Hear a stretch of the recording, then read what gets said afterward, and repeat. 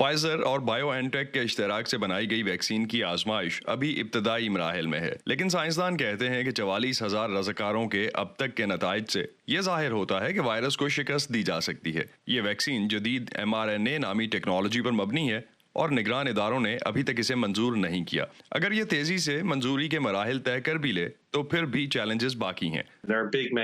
اس کی تیاری کے چیلنجز ہیں، لاجسٹک چیلنجز ہیں۔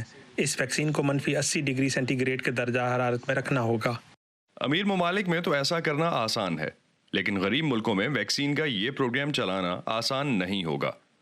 برکینا فاسو کے اس کلینک میں ریفریجریٹر بار بار خراب ہوتا ہے اور اسٹاف کو اس میں رکھی ادویات پھینکنی پڑتی ہیں۔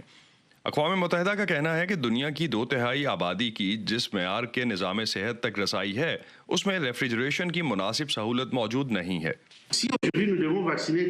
مثال کے طور پر آج ہمیں کرونا وائرس کی ویکسین استعمال کرنا ہو تو ہمیں اسے رکھنے کے لیے بہت سے ریفریجریٹرز کی ضرورت ہوگی جو ہمارے پاس نہیں ہے۔ اور پھر بجلی کا بھی مسئلہ ہے۔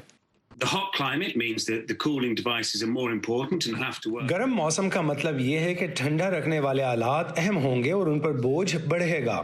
ترقی پذیر معیشتیں ہیں جہاں بجلی کی کمی ہے، اس لیے اگر آپ ان مارکیٹس میں دیکھیں تو آپ کو ایسے ملک نظر آئیں گے جہاں 30 سے 40% طبی مراکز میں بجلی ہی نہیں ہے۔ اقوام متحدہ کے ادارے یونیسیف نے 2019 میں ریفریجریشن کے آلات پر $8.5 کروڑ صرف کیے۔ زیادہ تر افریقہ اور ایشیا کو ملنے والے یہ آلات شمسی توانائی سے چلتے ہیں۔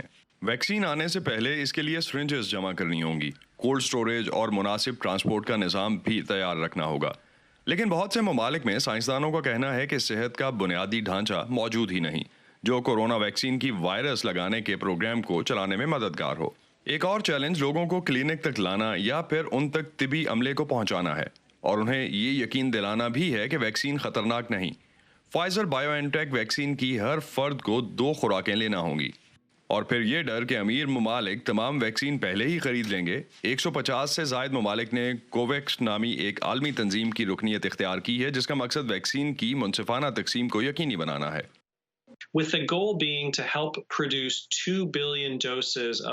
مقصد یہ ہے کہ کووڈ ویکسینز کی 2 ارب خوراکیں تیار کی جائیں جو 2021 کے اختتام تک ان تمام ممالک میں تقسیم کی جا سکیں۔